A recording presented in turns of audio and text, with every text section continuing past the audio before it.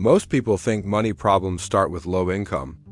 But what if the real problem starts when income goes up? Picture this. A couple in their early 30s, no wild lifestyle, no luxury cars, no designer clothes. One works in tech support. The other works in sales coordination. Together, they bring home around $120,000 a year. On paper, they're doing great. Better than most households. But behind closed doors, their bank balance tells a different story. By the end of every month, there's almost nothing left. Savings barely move. One unexpected expense throws everything off. When the fridge stopped working, they didn't replace it right away. They waited for the next paycheck. Not because they're careless, because there was no cushion. They're tired all the time. Weekdays feel like survival mode. Mornings are rushed. Evenings are quiet but heavy. Not peaceful. Just exhausted. And what makes it worse is this thought they can't shake. We make good money. Why does it still feel this fragile? If that question sounds familiar, this video might explain more than you expect. For decades, we were told the solution to financial stress was simple: more income. 2 incomes instead of 1. Both partners working. Both contributing. That idea sounds logical. If 1 paycheck covers the basics, 2 should create comfort, savings, and freedom, but that's not how it played out. Something changed quietly over time. And most families didn't notice until they were already stuck inside it. Here's the shift no one warned us about. When 2 incomes became normal, prices didn't stay the same. They adjusted. Not officially. Not all at once. But steadily, homes got priced for 2 paychecks. Daily life got structured around 2 schedules. The cost of normal slowly expanded. Today, the average household earns more than previous generations did, even after adjusting for inflation. But the costs that matter most grew faster. Housing is the biggest one. In many areas, the price of an ordinary home now assumes 2 full-time incomes. Not a nice home. Not a luxury one. Just a normal place to live. Childcare is another. In families where both adults work, someone has to watch the kids. That cost alone can quietly swallow an entire paycheck. Healthcare, transportation, insurance, food convenience, after-school programs, these aren't extras anymore. They're baseline expenses. The result is strange but very real.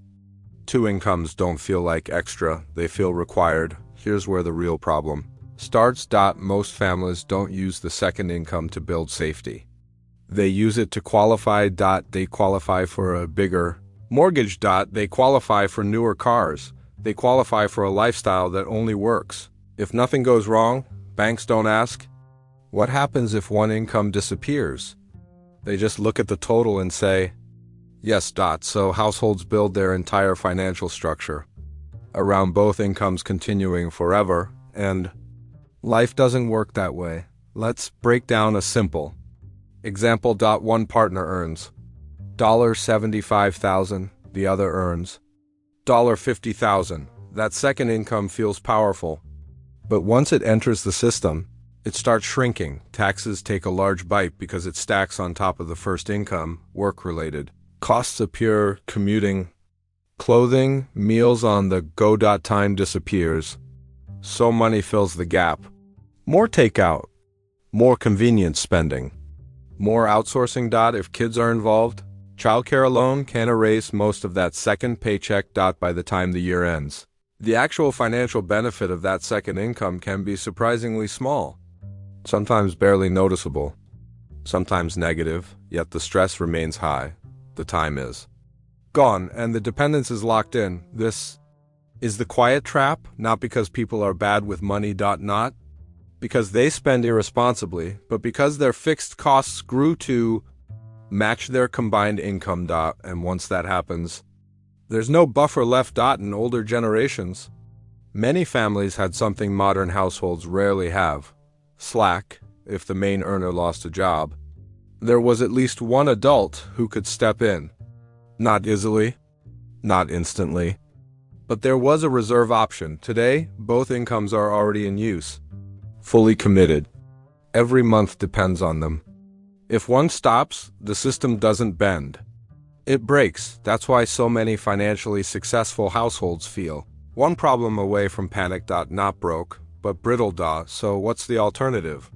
It's not about going backward. It's not about one partner quitting tomorrow.